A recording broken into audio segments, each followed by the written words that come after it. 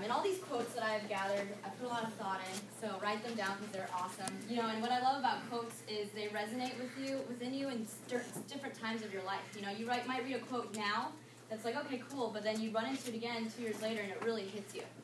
So I believe in Vector and the rest of your career, write down every quote and keep it in a document. You know, this is just a side tangent. You know, have a document on your computer of every quote you've ever heard with Vector. And go through them sometime, and you'll be shocked on what you learn from them at different times of your life. But this one really resonated within me in the point that I'm at in my life as a district manager. That a leader has the vision and conviction that a dream can be achieved, but he inspires the power and energy to get it done. And that's really what this message encompasses, is inspiring others to get the power and action and energy to get things done. You know, as leaders, a measure of our influence is judged purely by how much we can inspire people to take action.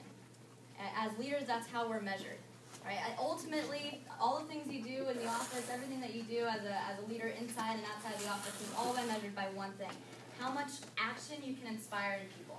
Right, so we're judged ultimately by how much movement we can start, right? Whether the action is demo creation on PDI, whether the action is energy creation at a team meeting or phone jam, how much energy can you create at a team meeting? Right, if the energy is dead, that's because of your lack of energy creation.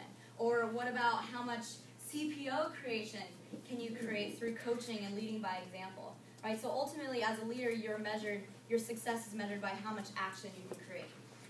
And all that comes down to is how much can you create in your reps? You know, how much of your office's results are due to your leadership? It's kind of scary when you think about it that. How much of it do you actually impact, and how much of it is your district manager? And as assistant managers, really you have to realize your influence on the team is at a much higher level than some of you may think.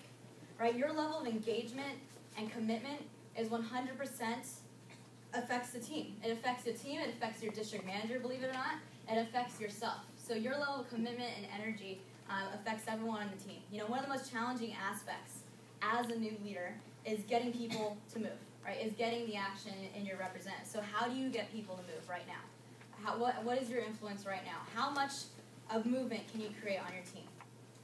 You know, some new leaders, especially builders, right, they have a tendency to make the mistake of leading through positional leadership.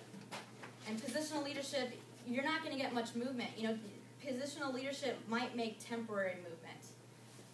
So, for example, you might be walking around a phone jam and you being in the position you're at, hey, get on the phones. And they're like, okay. And they fake it. You know, that happens all the time. And you walk back in the room and they just go back to putting their phone down. So that's creating a temporary action of phone to ear because of your positional leadership. And then that's putting the phone down of not true action.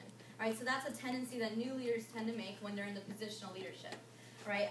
So the key is not only creating immediate action in your people, but also sustaining it to create an actual movement, right? And creating a movement that lasts. You know, another mistake new managers make, especially merchant innovators, so I'm not just going to pick on builders, is getting people excited about getting to action and getting people thinking about getting to action, but not them actually getting to action, right? So an article I was reading last night, it was an awesome article, and it was this man giving this other man advice on leadership. And just listen to this quote, it's pretty cool. He said, so you want to create a movement. Well, you have to recognize the great responsibility that comes with that. You can't just get people excited by running through the streets and creating a circus-like atmosphere. You have to give people something tangible that they can hold on to. Something concrete that they can do to really feel like they're creating change. All right, so that's really, the merchants are good at creating the circus-like atmosphere, but you got to give them something tangible, something concrete that can get them to move. You know, to get movement, to get people to move, to create immediate action, no matter what CVI score, right? No matter what kind of person it is, it takes 5 simple keys to get movement. And you know, I was thinking as I was writing this talk, I realized as you grow into a leadership position, Vector, and as you go deeper into management, you're going to find so many parallels. Right, this business is incredible because there are so many parallels of being a rep and being a manager. Right, so you're going to see that there is a formula that's been repeated over and over again. You're going to realize that there is a system that works here in our company. And as you move deeper into management, you'll see your sales skills will be brought to new challenges. It'll be brought to new lengths and refined. Your own personal sales skills as a manager. Because you'll soon see everything you do in management is selling.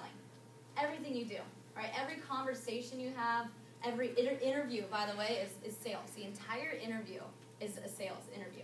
And it's a low key, and it's definitely disguised. You might not notice it right now, but everything you